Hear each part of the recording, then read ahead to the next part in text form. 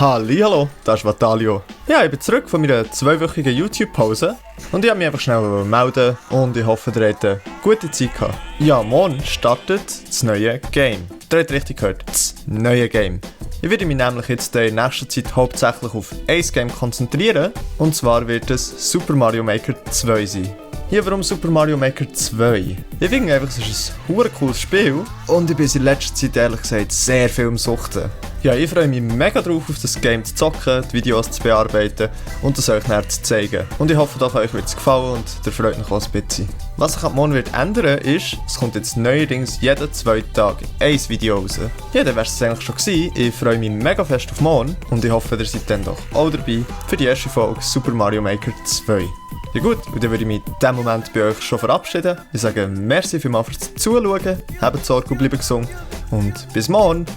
Tschüss!